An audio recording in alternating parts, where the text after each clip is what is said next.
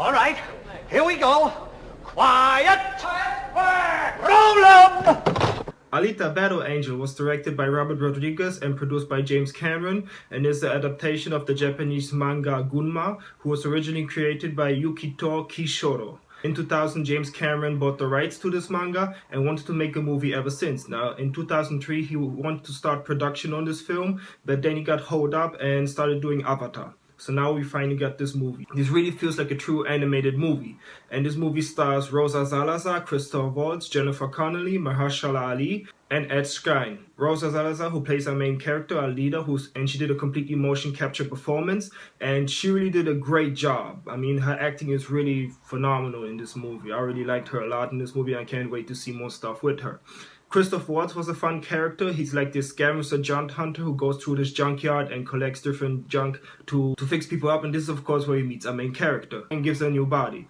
And now when it comes more to like the plot and the history of this movie is, we have the year 2563, and 300 years before that there was a huge war called the Fall. And ever since then you have like this world separated in two places. You have this giant sky city called Zalin, where all the rich and wealthy people are. And you have down below the normal people in Iron City, who are like bounty hunters and poor people. Like you've seen in a lot of different fantasy movies. And the giant city reminded me kind of District 9, this giant spaceship, because it's like this huge round thing in the air. I like anime a lot, so the world in this movie really felt like true anime. The action is really great in this movie. It's a fun story. It's a fish out of water story. I liked it a lot. I had a lot of fun. And when it comes to the villain, there is no villain. No, I'm serious. Like there is no consistent villain. Like in the movie, it's set up like Mahershala Ali is the villain, but he's just a puppet for the real villain, because the real villain in this movie is called Nova, who lives in the Sky City, and he can apparently mind control people. And like, so you have Mahershala Ali talking to somebody, and then all of a sudden his eyes would turn into a different color, and then Nova would talk to Ali's character. So you never really feel like there is a real character or like a huge threat. It was kind of disappointing to see, because even Mahershala Ali character is not a villain. He never does what like a normal villain would do, so I don't know why he's set up like that. He's just like a puppet. He's just somebody who talks for the villain. Now, I don't know if it was like this in the original manga, but I'm trying to always separate those two things when it comes to like comic books and manga and stuff. You know they're always going to change a few stuff, but I don't know if it was the original manga or not.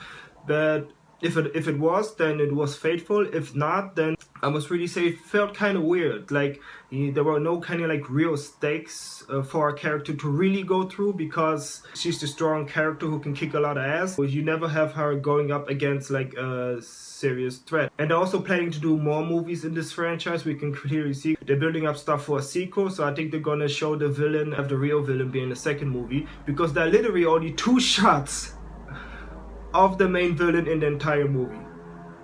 That's it. That's all you're gonna get. So I can see they're building him up towards the other movie, and it was okay. It was different for a change, like to not have a like legitimate no villain. You don't see him, you only hear him from time to time, very rarely. As far as other negatives go, there's a romance in the movie. Now here's the key thing that kind of let me like split on this romance thing, because when it comes to Rosa Salazar characters, Alita, when she falls in love, it really is believable and makes sense for her character, and I really liked it.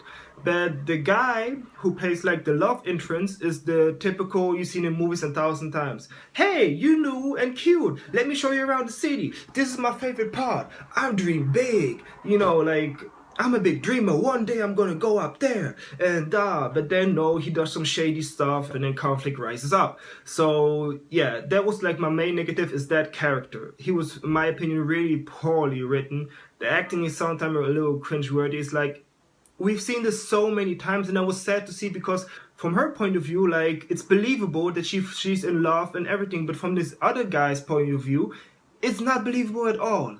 Like zero, I feel zero emotions from him to her in the entire movie. It's like zero. It didn't feel real. It was weird, because from one side you totally believe that she's in love, but from the other side you just know it's just a dude acting. Like, it was really bad. And then some choices made with this character that are just unlogical. I'm like legitimately unlogical. I'll give you one example. There's this bounty hunter who's trying to hunt him down. and he finds him, he surrounds him in a corner, and then he grabs his shoulder, crushes it.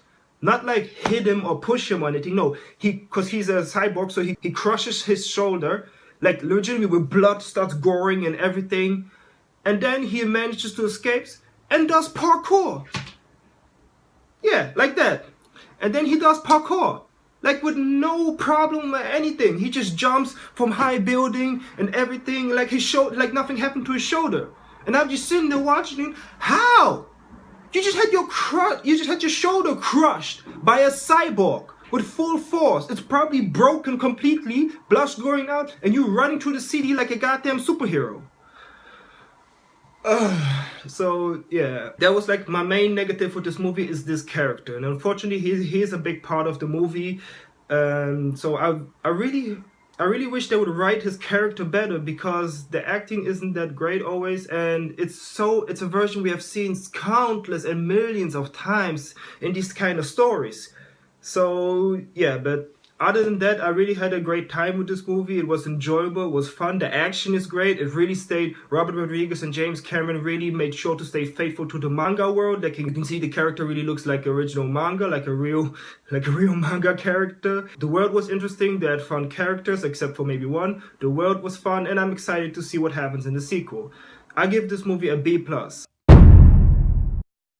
Go check out Alita Battle Angel. If you're a huge manga or anime fan, you will definitely find enjoyment in this movie. Thanks everybody for watching, and as always, see you next time. Cut!